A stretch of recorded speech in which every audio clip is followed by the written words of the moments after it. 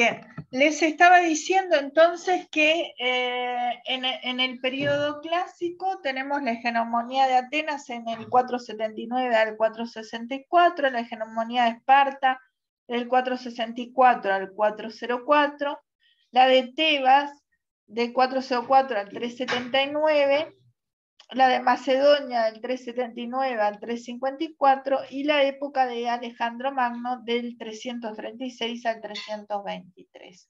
Luego, posteriormente, tenemos el periodo helenístico con nuevas dinastías que van desde el 323 al 168 y las conquistas romanas del 168 al 146. Siempre hablando antes de Cristo, ¿no es cierto?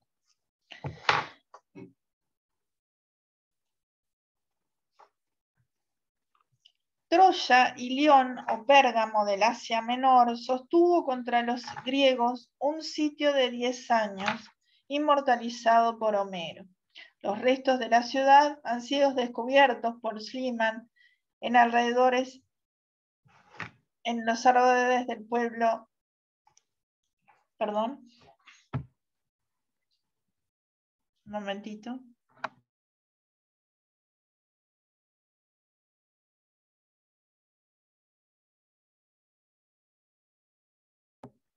Disculpen. Bien, entonces,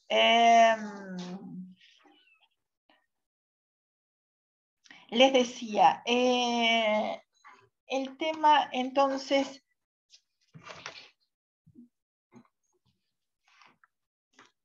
de Homero, ¿no es cierto? Homero y la cuestión homérica, porque si bien estos textos se atribuyen a Homero y hasta hoy, bueno, se dice Homero, pero está el tema de la cuestión homérica, ¿no es cierto? Es decir, la...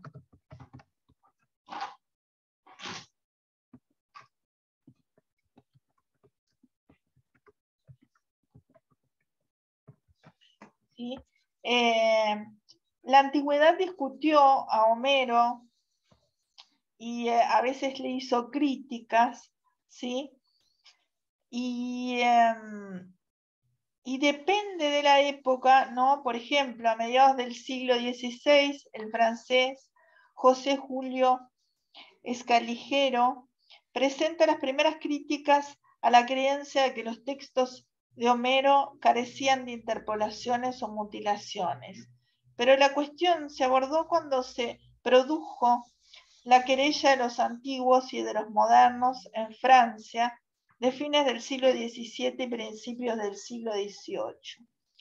El problema se centró en el siguiente tema: si las obras literarias ganan con el tiempo. Los partidarios de los poetas antiguos sostenían que el hombre, al declinar su juventud, vuelve a ver bajo un aspecto de gran belleza los hechos acaecidos en su infancia y que eso mismo ocurre con los pueblos. De este modo, lo antiguo resulta más hermoso. En esa posición estaban Boileau, Racine y La Fontaine. Vamos entonces, para que les queden estos nombres de la cuestión homérica.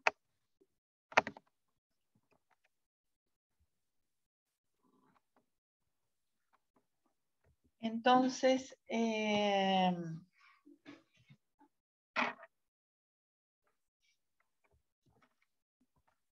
a mediados del siglo XVI, el francés José Julio Escaligero, acá ya estamos después de Cristo, por supuesto, ¿no? Estos son autores muy posteriores.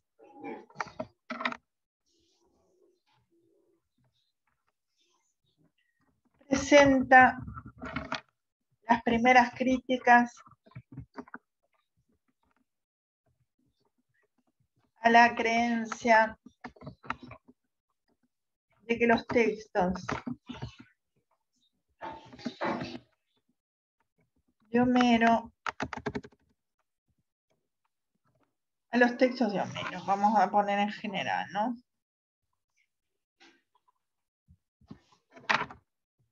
Les completo esta enunciado.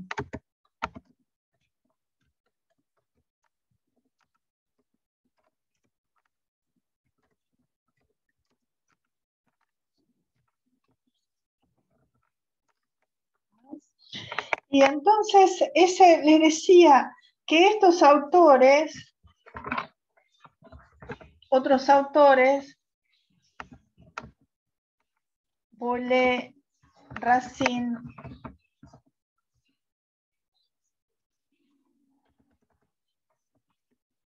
y La Fontaine,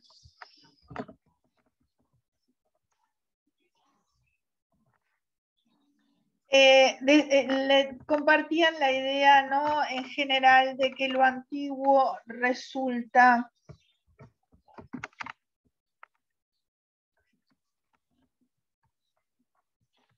más hermoso.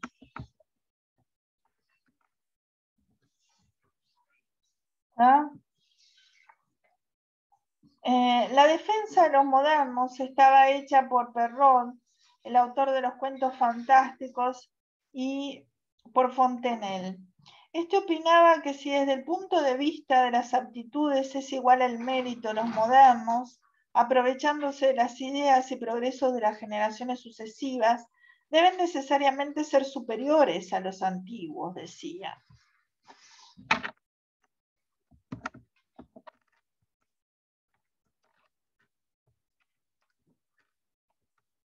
Entonces les escribo esta cita.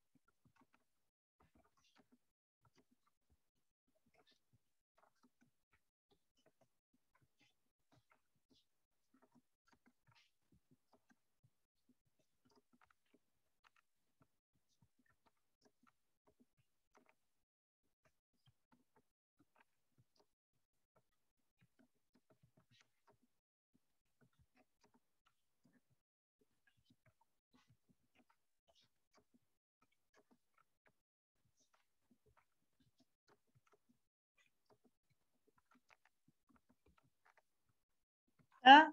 Es decir, así sostenían que los escritores franceses del siglo XVII eran superiores a los de Grecia clásica, y la disputa se sentó sobre cada uno de los nombrados y alcanzó, como es natural, a Homero. Como muestra de la vehemencia de la querella, Claret, de quien tomamos estos datos, estoy citando a Heimar Blixen, alude a una verdadera batalla en la academia entre los partidarios de los antiguos y los modernos a raíz de un discurso de Perrault. Es decir, que no solo se discutía si Homero era uno solo, es decir, un solo creador, sino además su valor, su vigencia en esas épocas, ¿no? Y hasta hoy en día está discutido entonces este tema, ¿no?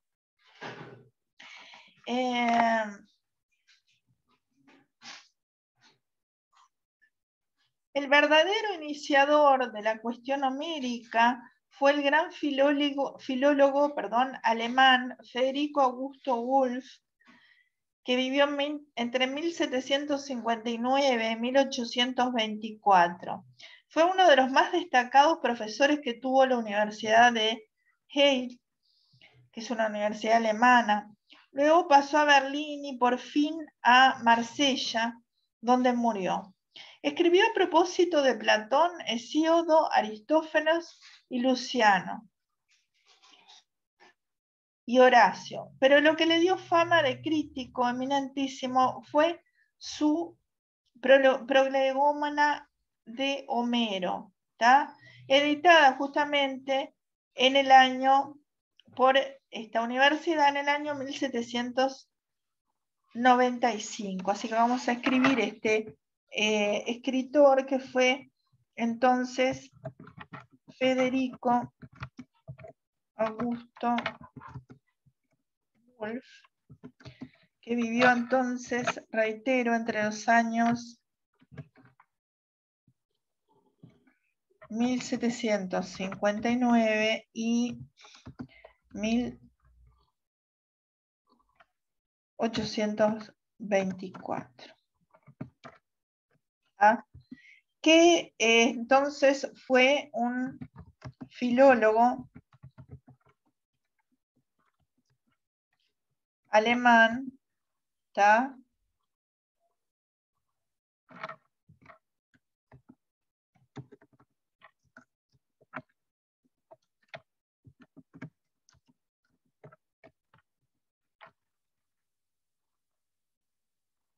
¿Tá? Y es el iniciador de la cuestión homérica.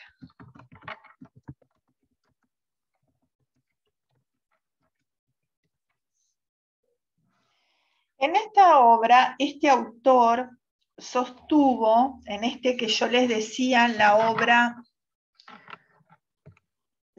sobre Homero,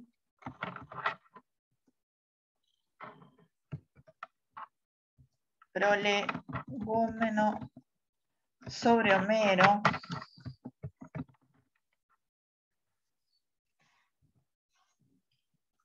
editada en el año 1795. En esta obra sostuvo una tesis sensacional para su época. Tanto la Ilíada como la Odisea no eran obras de un solo autor, dijo él. No eran de Homero, sino de una cantidad de aedos. Aedos son los poetas creadores, ¿no es cierto? La palabra aedo es el poeta creador. ¿Ah? Dice que no eran de Homero, sino de una cantidad de aedos que tenían su asiento en la isla de Quíos, ¿tá? Que él llamó los homéridas. La argumentación de Wolf era esta. Los antiguos no sabían construir grandes conjuntos, sino que solo creaban rapsodias de mucha menor extensión, las que mucho después habrían sido reunidas en poemas largos. ¿Tá? Entonces, vamos a ver por qué esto es importante, ¿sí? La cuestión, lo que él defiende, ¿no es cierto? Entonces, Wolf sostuvo una tesis sensacional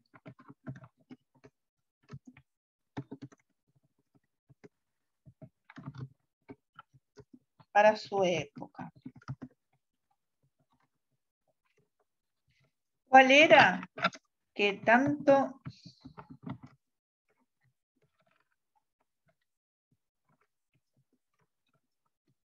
Elías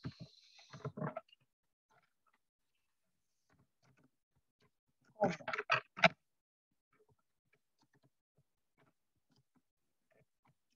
Odisea no eran obras de un solo autor, ¿tá? Sino de una cantidad de aedos que tenían su asiento en la isla de Quíos.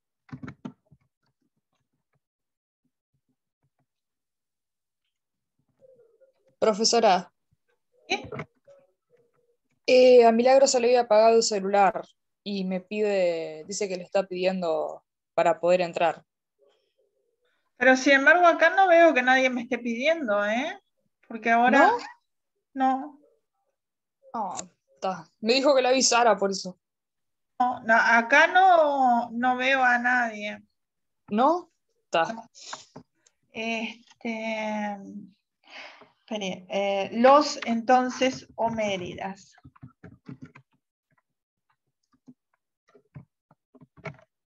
La argumentación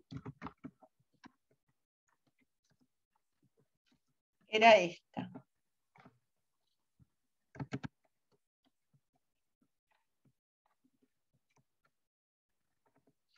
Entonces daba varias cosas como argumentación. En primer lugar, la que yo ya les dije, los antiguos, vamos a ver si la resumimos, los antiguos no sabían construir grandes conjuntos, sino que solo creaban rapsodias de mucho menor extensión, las que mucho después habrían sido reunidos en poemas largos. Es decir, que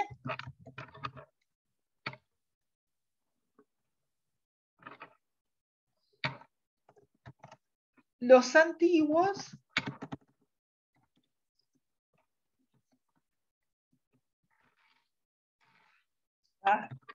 estoy corrido.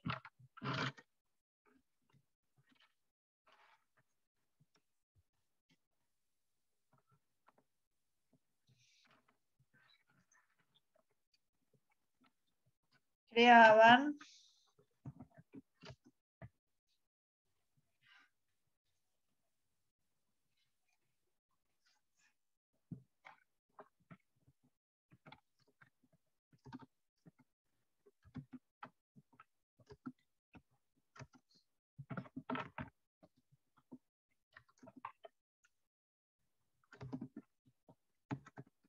¿no? Extensión, acá.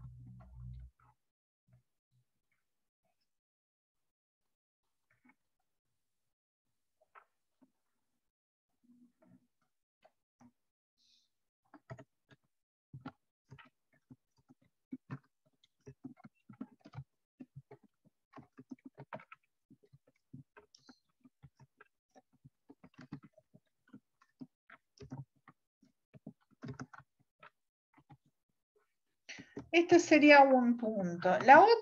El otro punto que decía era que en aquellos tiempos primitivos no se conocía la escritura y por lo tanto era imposible componer grandes conjuntos sin ir escribiendo enseguida, pues la memoria no los retendría. ¿tá? Entonces, decía entonces que era imposible componer grandes conjuntos, ¿tá?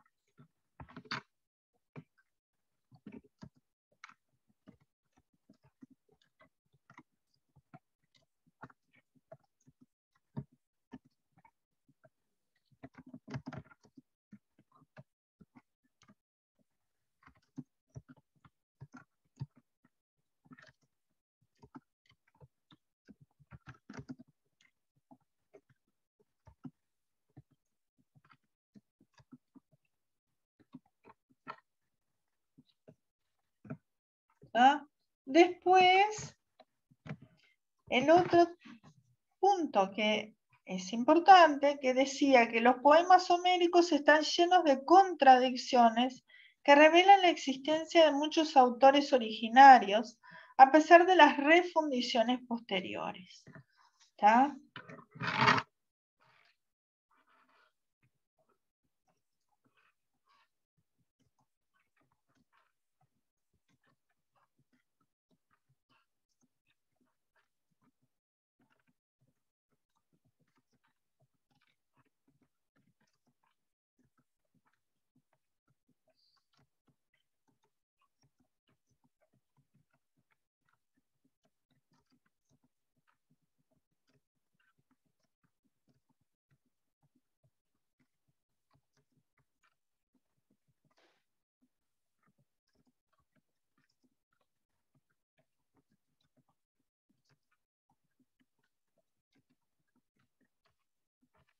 Y agrega Wolf que ya pasado el periodo de creación épica, se le ocurrió al ateniense Solón hacer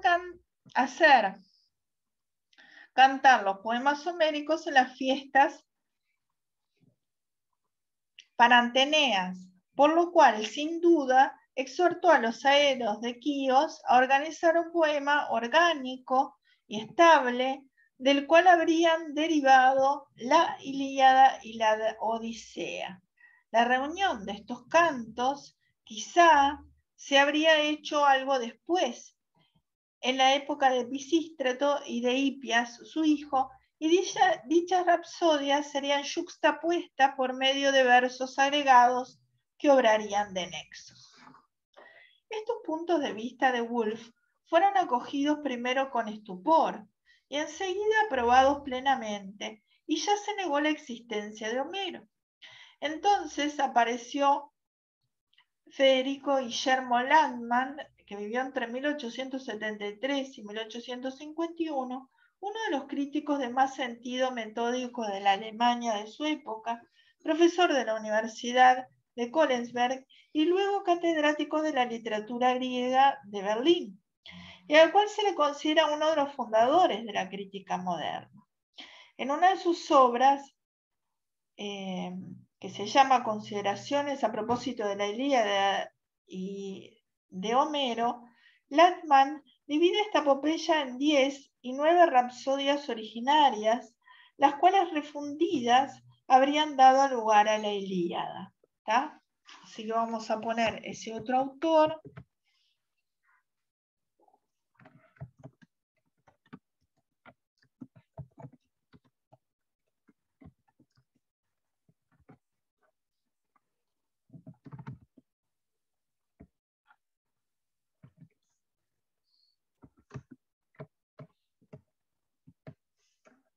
Perdón, acá va una mayúscula.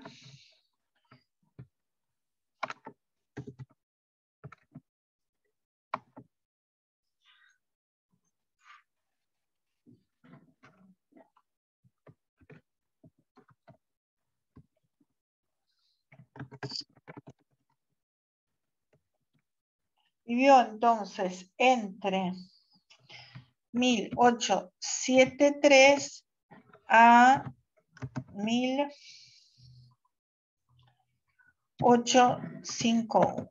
¿Tá?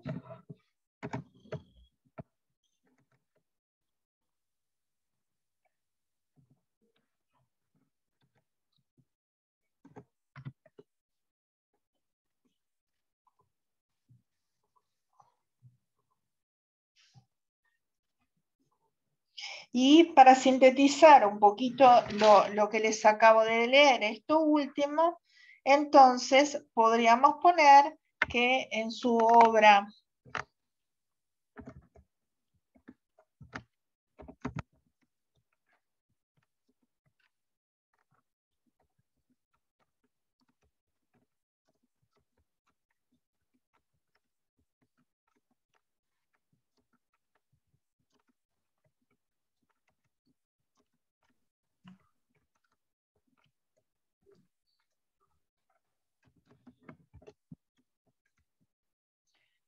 Gatchman entonces divide esta epopeya en 19 rapsodias originarias, las cuales refundidas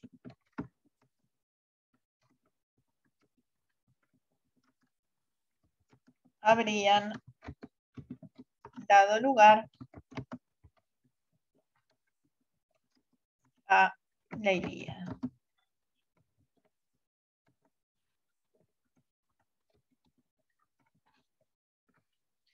¿Sí?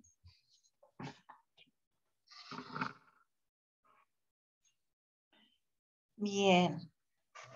En esta misma línea hallamos a Juan Bautista Dagas Mantbel, que vivió entre 1776 y 1834, traductor fiel no solo de los dos poemas homéricos, sino de otros que sin razón le atribuían los antiguos.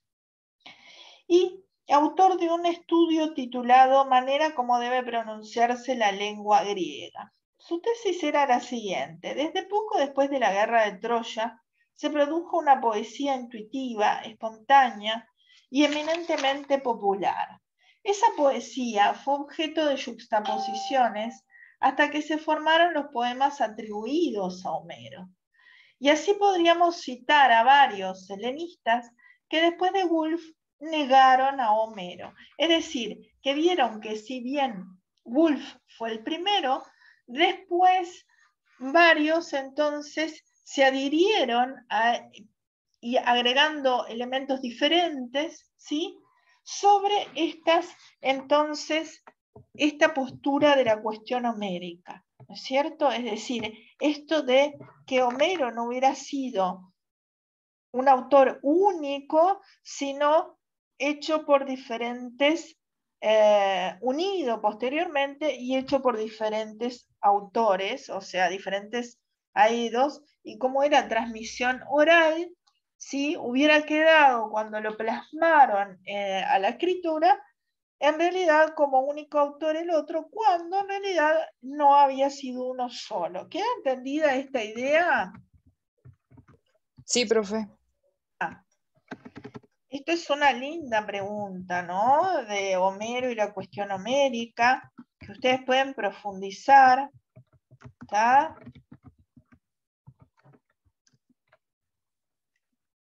Como pregunta, no como tema, porque como tema vamos a hacer el análisis literario de los textos, ¿no es cierto? Pero como alguna pregunta puede ser, ¿sí? Es decir, perdón. Entonces, este autor, ¿tá? Lo más importante que vamos a poner, que su tesis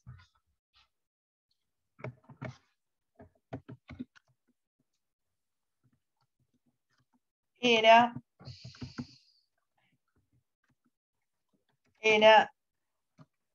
que después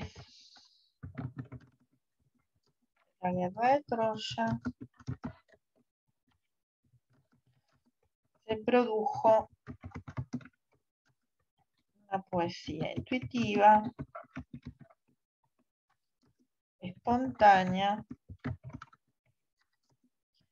eminentemente popular,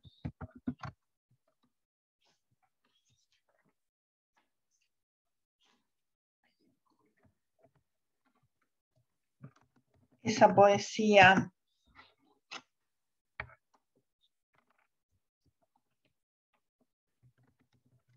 fue objeto de yuxtaposiciones hasta que se formaron los poemas atribuidos a Homero. ¿Ah? Poco a poco se reaccionó contra esas tesis extremas. En efecto, los dos poemas homéricos son de suprema belleza y si bien podemos considerar de acuerdo a nuestro gusto partes mejores de otras, la verdad es que tal vez esta selección sea fruto de la sensibilidad de nuestra época, no de la superior fractura y valor épico. Se puede aceptar la existencia de un genio como Homero, pero es posible admitir, siguiendo el razonamiento de Woolf y Lachman, que han existido 20 genios a la altura de Homero en la Hélade primitiva. Hélade era la zona donde ellos habitaban, ¿no? La Grecia, donde habitaban los helenos. El argumento es fuerte y obligó a repensar el punto, por lo que se llegó rápidamente a una tesis conciliatoria, si se quiere.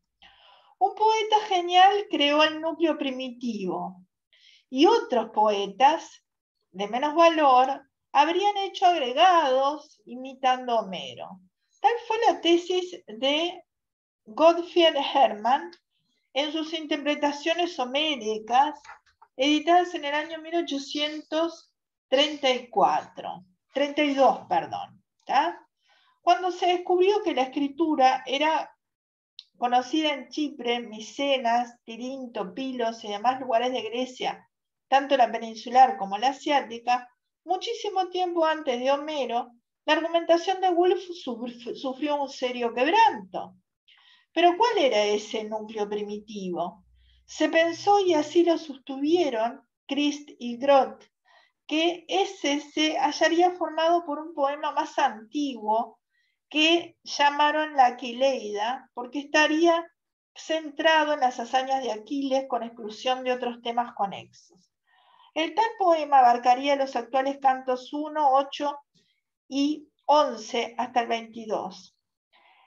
Los hermanos Alfredo y Mauricio Croisset sostuvieron que había partes que por diversos motivos eran comunes a la Ilíada y a la Odisea, y que parecían hechas por un mismo poeta, pero otras, como ser la despedida entre Héctor y Andrómaca, o la embajada de Aquiles, cantos 6 y 9 respectivamente, daban la impresión, a pesar de su valor, de estar afuera del texto primitivo. Lo mismo ocurría con otros fragmentos que serían desarrollos posteriores.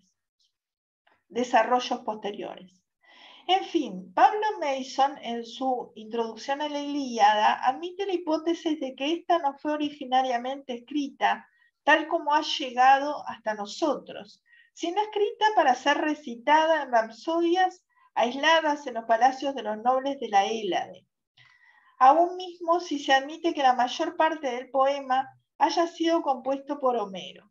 Este no lo hizo como un poema único, sino como muchos poemas cantados en ocasiones diversas y que teniendo fuerte estructura íntima, se resentían de algunas contradicciones si eran cotejados con los demás poemas del mismo autor. Los poemas de Homero se centrarían en los actuales cantos 1, 11, 16, 18, 22 y 24.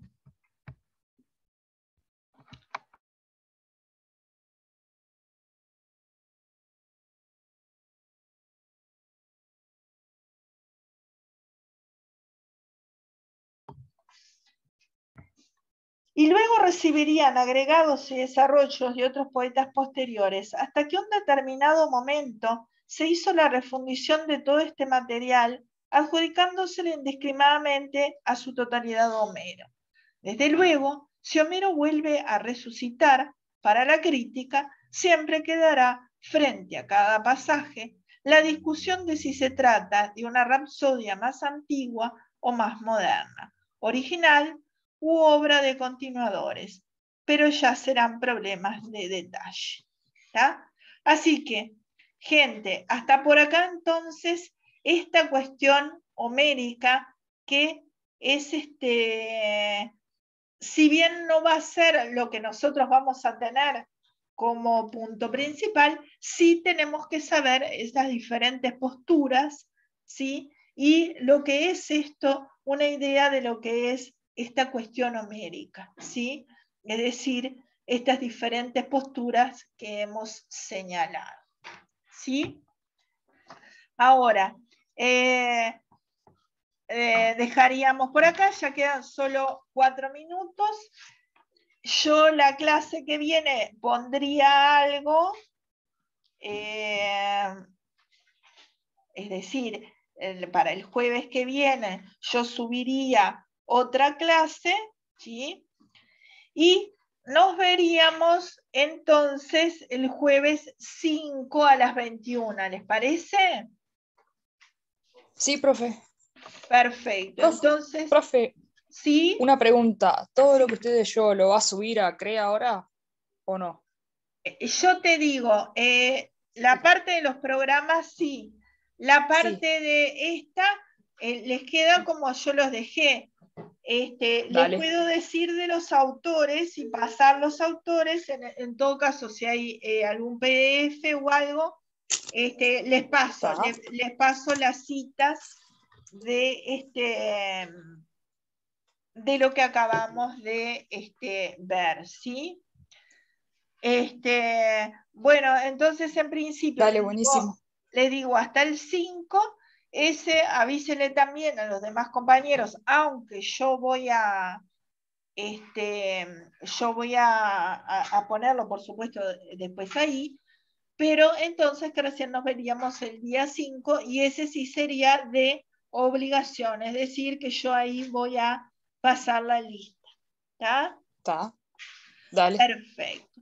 Bueno, gente, yo esto lo voy a procesar y en un rato o mañana, no sé, lo subo a mi canal de YouTube, porque yo tengo un canal de YouTube, y después le paso el link a CREA. ¿Está? Bueno, profe. Que pasen muy bien y quedamos entonces. Gracias, Muchas gracias, igualmente. profesora. Bueno, buenas Gracias. noches. Chao. Que pasen Igualmente. bien entonces. Chao, chao. Chao. Chao. Chao.